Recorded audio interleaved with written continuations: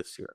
When you start looking at the group, there's nobody that should really scare us at all, because the top teams that, the normal top teams really aren't performing that well this year. So Barcelona obviously second. They've now won 5 or 6 in a row after a bit of a shaky start, but their league form's been a bit questionable of late. Then there's Atletico Madrid. You'd fancy us to beat them over 2 legs. Atalanta, again, I'd fancy us to beat them over 2 legs. Arsenal, I'd fancy us to beat them over 2 legs. Same with Leverkusen, who we've already beaten in this competition quite comfortably. They lost last night. Inter would be tough. That's a very, very good team from a tactical point of view. Simone Inzaghi is a very good coach. But ultimately, we're a better team than they are. We've got better players than they do. We're better than Villa.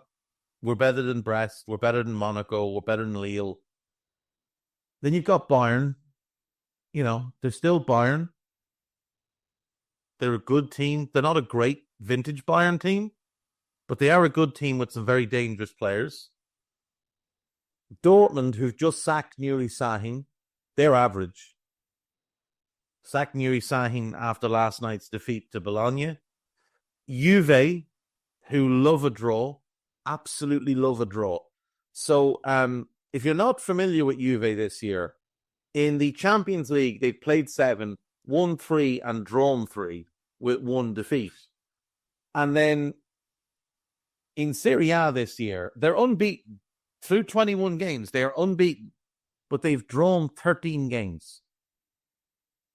So 16 draws between the league and the Champions League this season. It's quite a remarkable achievement for them against 11 wins. Milan, we know we can beat. PSV, we're better than Club Brugge, we're better than Benfica, Sporting, Feyenoord, Stuttgart, we're better than all these teams. Then you get the 3 you might really be concerned about. Real Madrid, they've got 9 points so far and have lost 3 games in this competition, including to us. Man City have 8 points. 8 points. They've only won twice. Celtic are in between them. They're neither here or there. Then it's Dinamo Zagreb. And then it's PSG, who, if they lose to City tonight, there's a real chance that they go out. They'd have 1 game left. That game is against Stuttgart. Now, Stuttgart will know that a draw would be enough. If City win, City go to 11 points. If Real win tonight, they're playing Red Bull Salzburg, so they will win tonight. They would go to 12. Celtic are playing Young Boys of Bern. They should win tonight. That puts them to 12. That puts those teams out of reach of PSG. So they really would need to beat Stuttgart. And there's a chance they don't, because they've been really bad. They've been really bad in this competition.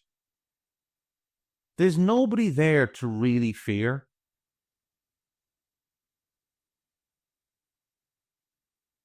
Arsenal Atleti would be tough games because of the style of play. Barcelona have a lot of attacking talent, and they've got some really good defenders. It's just that they're very inconsistent and unpredictable. Like last night's game was bizarre. They were 4-2 down with, I think, 11 minutes left. And they look like shipping more goals. And the goals they did give up were just atrocious. An own goal due to miscommunication between Araujo and Szczesny in goal. A very bad penalty given away by Szczesny. One that's nicely worked down the left, to be fair. The first goal was nicely worked for Benfica. The second goal is just horrific. like horrific between Szczesny and Alejandro Balde. Balde has the situation under control, heads it back towards where his goalkeeper should be, except that his goalkeeper has come herring out and clatters into him. Like a team that defends like that, we will absolutely torture. There's nobody to really fear.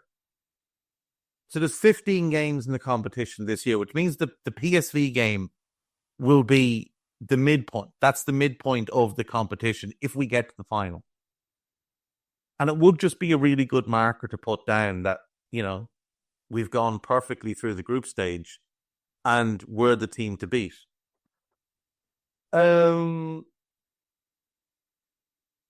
Liverpool fans notice how Darwin Núñez helps Mo Salah look more threatening. Like, Darwin does help Mo a lot.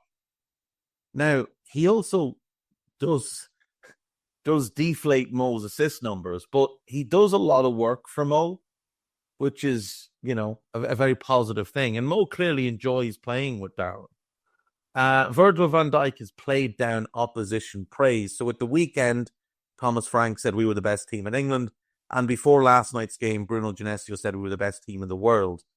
And Virgil has played that down and said, look, it only shows that we're on the right track. And he is right, because one of the reasons managers say this is it takes pressure off their own teams, or it explains away a defeat.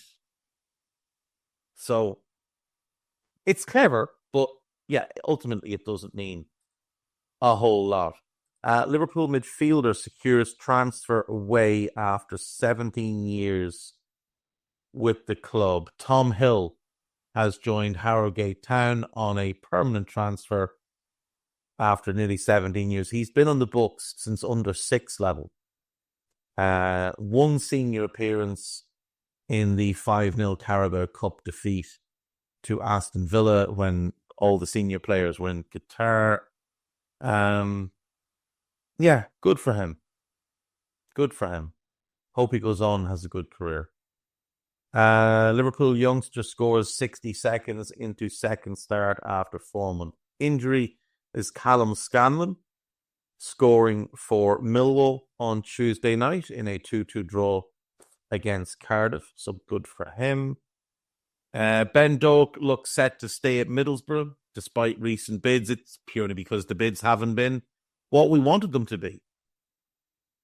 If the correct bid had come in, he would be sold. But obviously we turned down a bid from Crystal Palace. So they signed Romain Eza from Millwall, and we turned down a bid from Ipswich. So they signed Jadon Philogene from Aston Villa.